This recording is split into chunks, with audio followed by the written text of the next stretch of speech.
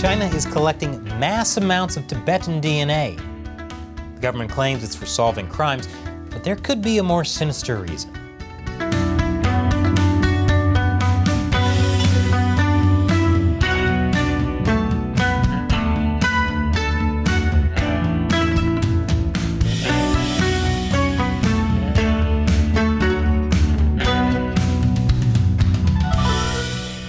Welcome to China Uncensored. I'm Chris Chappell. The Chinese Communist Party is terrified of its own people. China spends more on controlling its 1.4 billion citizens than on its entire military. The dark blue line is how much the government spent on public safety compared to its defense budget. Obviously, the CCP views its own people as the greatest threat to its power, especially because they tend to protest when the government does things like lock people up in their apartments to literally starve to death in the name of fighting COVID. But the Chinese Communist Party is especially terrified of China's ethnic minorities. That's because these people aren't like the rest of China. And being different means you're harder to control, like the Tibetans in Tibet and the Uyghurs in Xinjiang. The Uyghurs in Xinjiang are a Turkic ethnic minority. Many of them are Muslim, which is technically one of China's legal religions.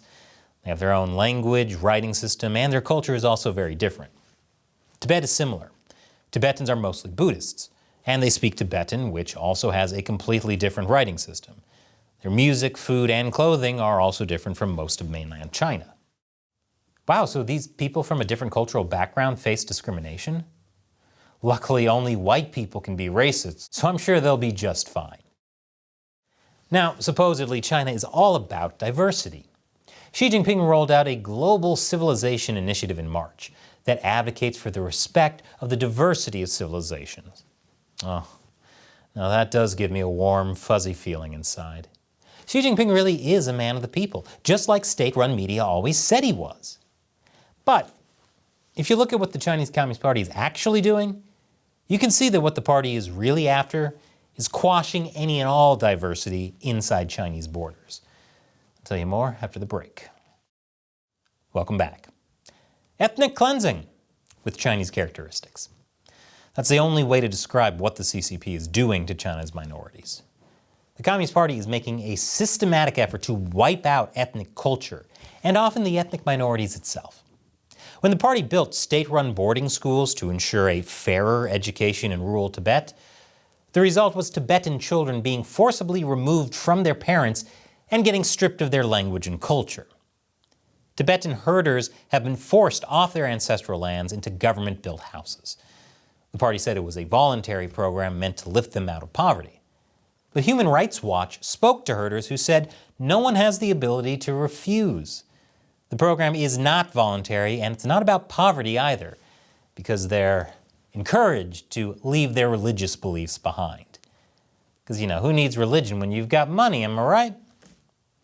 Things aren't much different in Xinjiang. The government claims it's providing vocational training there to prevent Muslims from turning to terrorism. But these centers are essentially glorified concentration camps, where Uyghurs face torture, rape, and I can't believe I'm saying this, but things even worse than that. Because this is the Chinese Communist Party we're talking about. I'll get to what that is in a moment. But while their parents are imprisoned, children are sent to state-run boarding schools to be indoctrinated. Chinese authorities have also offered cash incentives for inter-ethnic marriages, that is, between Han Chinese, which is China's dominant ethnic group, and another minority. Apparently the government's not interested in promoting marriage between minorities, only assimilating them into the Han gene pool.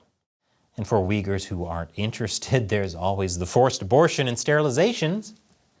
This was one of the reasons an independent tribunal in the UK called China's treatment of Uyghurs in Xinjiang genocide.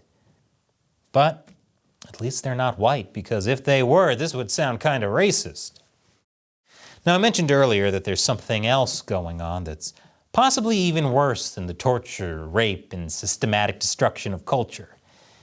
If you're brave enough to find out what that is, stay tuned after this quick commercial break. Welcome back.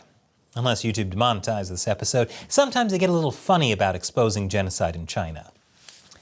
The Chinese Communist Party is sucking out the soul of its minorities' vibrant culture and replacing it with a Disney version that it can parade in front of tourists to make them think it has diversity.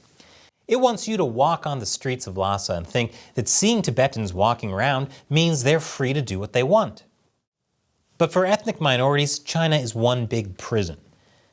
But just because the Chinese Communist Party hates them and their culture doesn't mean minorities can't contribute to society. You see, China has a problem. As state-run media explains it, Chinese are much less willing to donate their organs compared to other countries, with the ratio being only 6 out of 10 million. The reason, it says, is cultural differences. Many Chinese believe that their body should remain whole, even after death. That's why when China Daily asked netizens what they thought of organ donation, one Chinese person responded saying she wouldn't donate her organs because if she did, how would she survive in the afterlife? Wait, we need organs in the afterlife? In that case, I want to be the first ever deceased organ recipient. I'm going to heaven with extra spleens.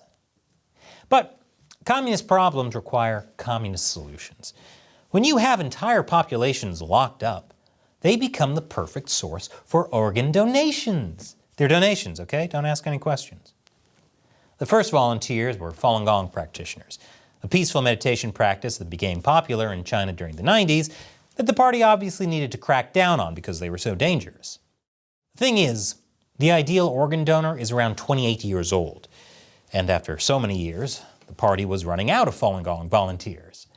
And so, as early as 2016, authorities required local Xinjiang residents to supply DNA samples when applying for travel documents.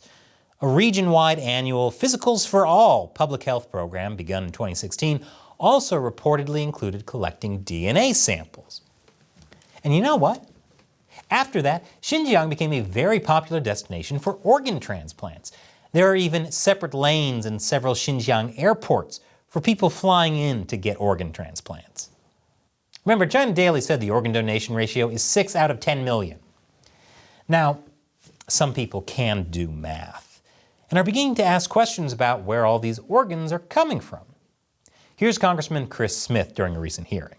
Indeed, the most nefarious misuses of DNA collected has been to find matches for organ recipients from unwilling, healthy, innocent people.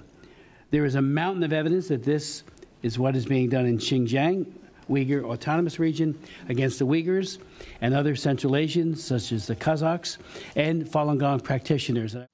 Thank goodness American company Thermo Fisher was selling DNA kits to Chinese authorities there.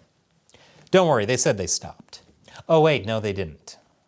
In fact, it seems now that authorities in Tibet are also buying Thermo Fisher DNA kits. Yes, it seems they've been collecting DNA from Tibetans too. According to the University of Toronto's Citizen Lab, between 2016 and 2022, police in Tibet potentially collected over 1 million DNA samples. That's about a third of the population. This is the creepiest collection of DNA I've seen since the last time someone shined a black light inside a hotel room. But the police are doing the DNA collection, so surely it must be to stop criminals, right? Well, according to the Australian Strategic Policy Institute, unlike the managers of other forensic databases, Chinese authorities are deliberately enrolling tens of millions of people who have no history of serious criminal activity. They seem to just be collecting DNA for the sake of collecting DNA, even from children as young as 5. So if a Chinese communist owl asks your kid how many licks it takes to get to the center of a Tootsie Pop, they're just trying to collect their saliva. I think it's time for a China Uncensored mental health break. Oh, look at those puppies. They're so young and healthy, and still have all their organs. What cutie pies. We recently spoke to Ethan Gutman, who basically broke the organ harvesting story. He says because the party is basically running out of their previous Falun Gong and Uyghur volunteers, they now need to find others. And there's also signs of an uptick at the same time in Tibetan organ harvesting, and even to some extent Christian organ harvesting. They're casting around for different other types.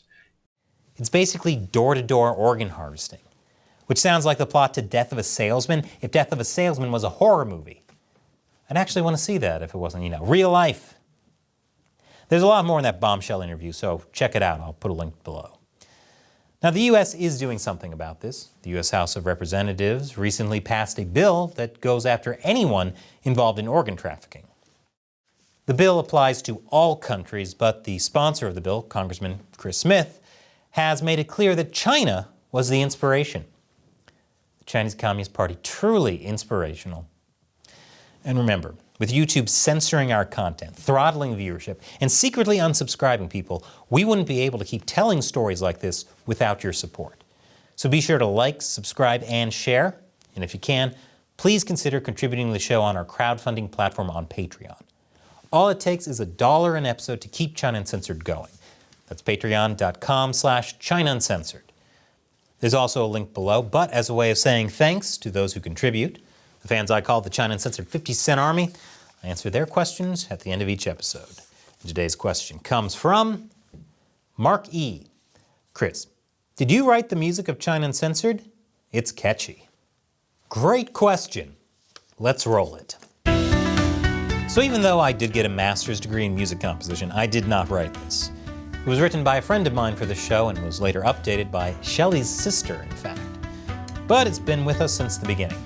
In fact, on Patreon, if you join the 50 Cent Army music troupe, you'll get a download for that and other great China Uncensored exclusive music that will get your toes tapping and heart pumping. Just make sure it's your own heart and not a volunteer's from China. Thanks for your question, and thank you for supporting the show. And thank you for watching. Once again, I'm Chris Chappell. See you next time.